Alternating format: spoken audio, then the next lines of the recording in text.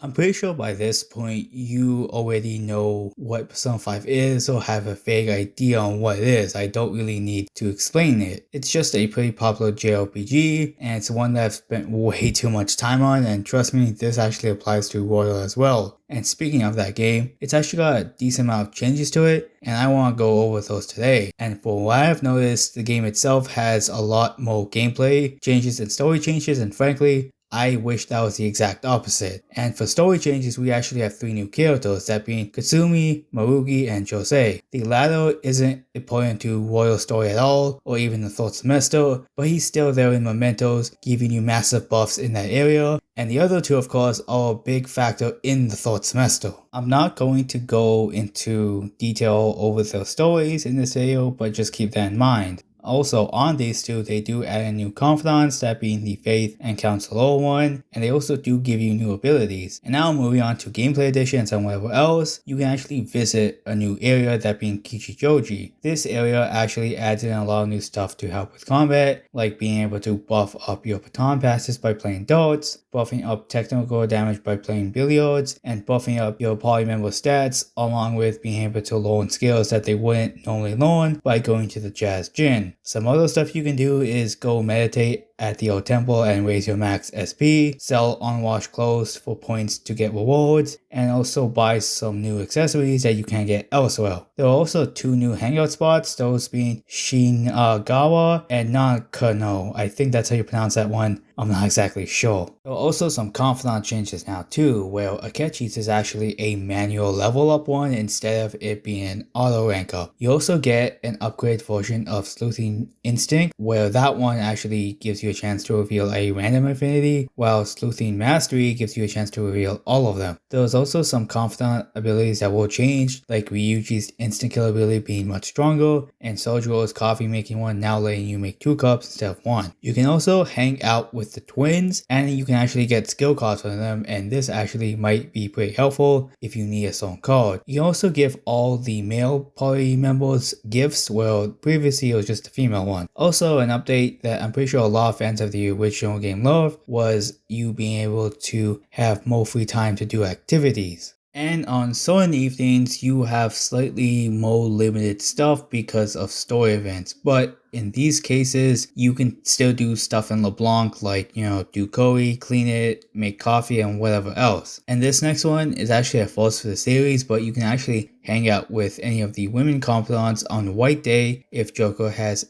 romanced any of them, and if not, Joker will just hang out with one of his male friends. This is actually the first time, again, the series has done this, because every other time the game ended before that day, but in, again, Persona 5 Royal, if you get to the 3rd semester, you can actually do it. And actually, moving on to Metaverse related stuff, there's actually a new flow in Mementos. This one actually opens up when you get to the 3rd semester and is tied with the plot of that. There are also pretty strong demons here, but they cannot be negotiated with. You can also get a 3rd tier persona for your party members, but only if you have the 2nd tier beforehand. And they also do end up learning a new skill, and these are exclusive to these personas, and they are really powerful and cost a lot of SP. You can actually look at them on the screen right now if you really want to. And on that note, Sumire does get a 2nd tier persona, that being Vandas. Or at least that's how I think you pronounce it. And Akechi's 2nd tier persona is Loki, but this one is a bit weird since it's not really his 2nd, since in terms of the story, it's just an initial persona, at least an alternative version of it, but in terms of gameplay, it actually is counted as one. And yes, you can play as Akechi in the 3rd semester, but in his black mask outfit and with, again, Loki initially. You can also have Showtime attacks, which basically is a massive almighty attack, and from my experiences, you can actually win a lot of fights with this, because it is really strong. You also have 2 new types of shadows, Savage Shadows and Disaster Shadows. The former have a glowing red aura, and you can only negotiate with them when their health is about 1/4 left, and the latter drop really rare items and can also explode if you manage to kill them, which can also damage other demons. There's also the addition of Will Seeds, which to me makes Palace runs a whole lot easier, since they actually recover a bit of SP, and when you get all 3 of them, you can actually get an accessory which is overall pretty good. And if you give them to Jose, you can actually get a better version of that accessory. And there was actually something in the game that I didn't know that it had a name, and this actually happens randomly in mementos when you're exploring, and this is called deviations. And this could actually be a good or bad effect. Like for example, when you're exploring, the whole place can become dark and it makes navigation a bit harder. Or the flow can actually be really short and you can get an easy way to the next flow. Another nice touch is that you can actually use the grappling hook to reach higher places in palaces, and if you have Sumire's Confidant at a certain rank, you can actually ambush demons from afar. There are also 2 extra boss fights which are against Jose and Lavenza. The latter can only be fought on New Game Plus, while the former can be fought if you have collected enough stamps by January 13th, and this can be done on any save. And more information on boss fights is that the main story ones have been slightly altered to help mix it up if you played the original Persona 5. Like for example, Maruame actually spawns in different versions of himself, representing different elements, so you can hit for weaknesses and abuse the baton pass feature. And say for someone like Kanashiro, he has bodyguards that help guard attacks that are directed towards him. There's also another change regarding allies helping you in holdups, and that is if you meet certain situations, they will actually give you another try if you mess up. Again, I will show this on screen. If you want to see it, pause it. Also, I don't remember if this was in a tutorial or not, but now technical hits may be able to knock down an enemy, and actually this can help you a lot, and it definitely has for me. Also with technical hits, the psychokinetic skills can actually deal technical damage if the enemy is inflicted with the forget stat. Other aspects related to technical hits is that you can actually buy a book called Knowing the Halt from Jimmy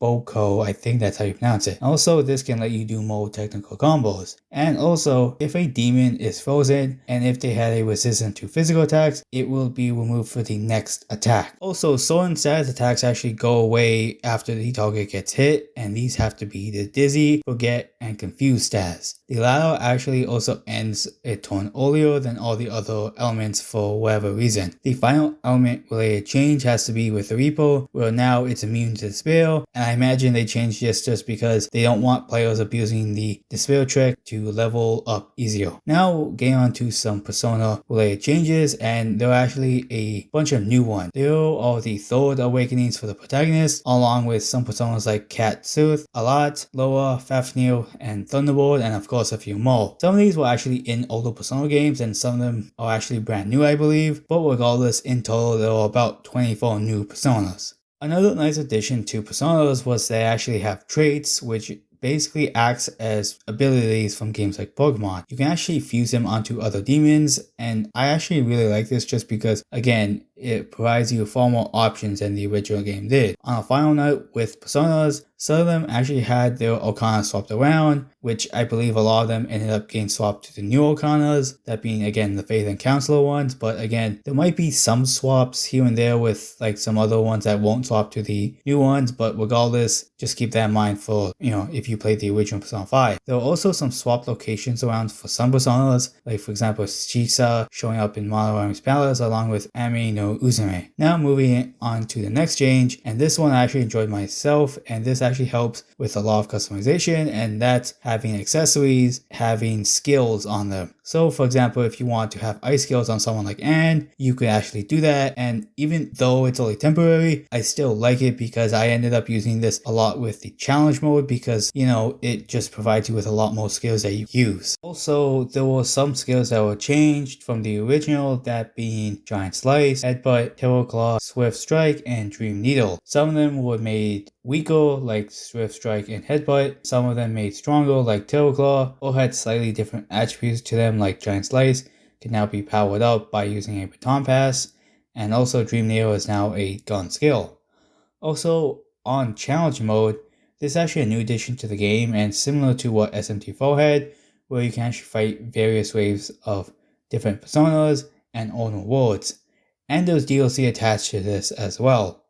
You actually have to enter the Velvet Room to do these challenges, and also this place also got some changes. There's actually a new thing called the Fusion Alarm, which activates randomly after a battle, and this lets you actually have different skills on demons when you fuse them, itemize them for better items, skill cards, and accessories, and also gain more EXP when you use Gallows. And what I believe is the last Velvet Room change is that now you can actually boost Persona's stats in Lockdown by using Incest, and this can be bought in Kichijoji or gotten by negotiation. Also, this next change I think makes a lot of sense, and that's the security meter starts at 40% instead of 0%. I say this because the Palace user already knows that you're there, and that you would go back quite often, so at least it makes sense in that part. And I also do think it makes Palace runs a bit harder, since you do have to be more conscious on what you do at the start of each run. These two next changes also kinda change some battles, and one of them is that treasure demons also do appear in these. Well, yes, it doesn't make it harder level, it just makes them a bit easier to find. The other one is that guns actually reload after every battle, but they lower the total amount of ammo that you can get. I actually like this change because before, getting gun skills was kind of annoying, and I would only really save my ammo until the demon that was weak to them showed up, but now I spray the bullets every time I actually get the chance to. These next changes actually all related to the difficulty changes, and one of them is that Merciless isn't a downloadable DLC anymore. Yeah, this isn't the biggest change, but at least it's included with the game when you get it. But on a bigger change with the difficulties, all of them but normal and hard actually had their modifiers changed. So if you want to know them, just again pause the video to look at them because I'll just put them on screen. And now we finally move from gameplay changes, and now let's go on to talk about the Thieves' Den. This is just a place where you can look at artwork, 3D models, watch cutscenes, and listen to the OST, and also customize it however you like. You can also play a game called Tycoon, which I believe in Japanese it's called Daifugo. You can also get in-game achievements here, like for example unlocking for a chest and whatever else. Now moving on to some miscellaneous changes, and one of them has to be that there are 29 new songs like Takeover and a whole bunch of different themes for mementos. The PlayStation trophies are also different from the original as well, which is a nice change for completionists. There are also a whole bunch of new dialogue portraits for a lot of the main cast, and again, it's just really nice that they have more art for them.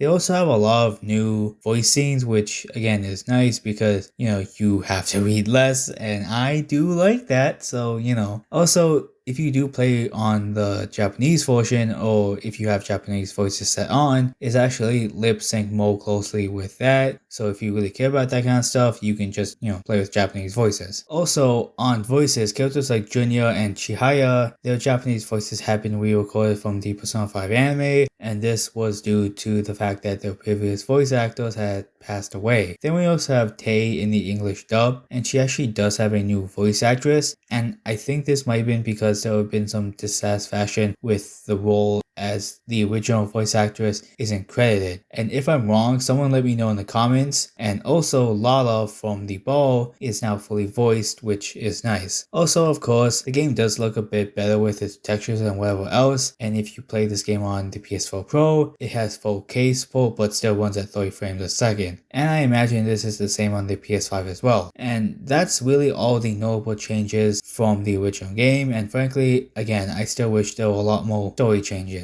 While I still love Maruki's part, and I still think it's the best part of the game, I just didn't really like how it's shoved near the end, and the fact that there isn't much changes to the original story, it just sucks overall. And I do know there were added scenes with Sumire and Maruki, but again, it just sets up their arc and doesn't really add anything to the main story. And honestly, I also do think the game is kind of easier overall because of the traits that the personas can have and the upgrade baton passes. But regardless, what did you guys think of the changes and which ones did you like the most? Let me know in the comments below, and thank you all for watching and see you guys later.